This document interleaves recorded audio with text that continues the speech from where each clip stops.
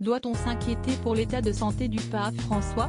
Près de 3 mois après son hospitalisation suite à une infection respiratoire, le souverain pontife a une nouvelle fois été admis à l'hôpital Gemelli de Rome, afin d'effectuer des examens de contrôle, ont indiqué plusieurs agences italiennes ce mardi 6 juin.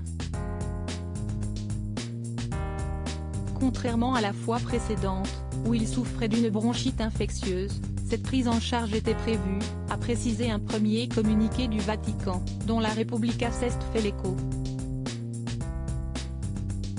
Mais à en croire les dernières nouvelles, l'état de l'homme d'église pourrait s'avérer plus grave que prévu.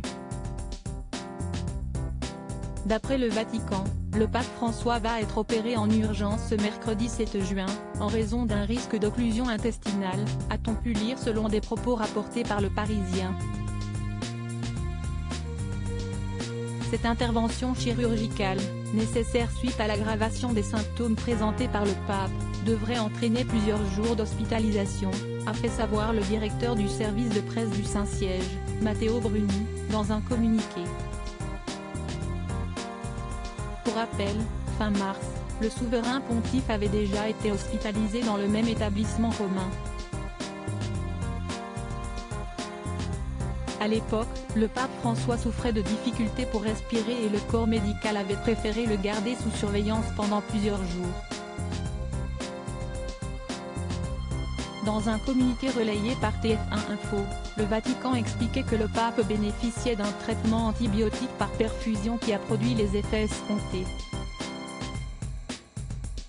Le 26 mai dernier, il avait effectué un autre séjour à l'hôpital, où il avait été admis dans un état fiévreux, selon les agences ANSA. Quand le pape François se voulait rassurant sur son état de santé le 1er avril dernier, le pape François était sorti de l'hôpital romain où il avait été admis à cause d'une bronchite infectieuse. Si est tout sourire et sous un tonnerre d'applaudissements que le pontife argentin de 86 ans est apparu aux abords de l'hôpital Gemelli, comme l'a rapporté BFM TV.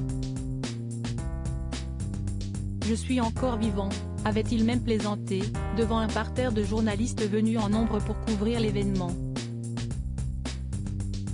La veille, et après 3 jours de suspense, le pape François avait reçu le feu vert des médecins pour sortir, retourner au Vatican et reprendre son activité depuis le Saint-Siège.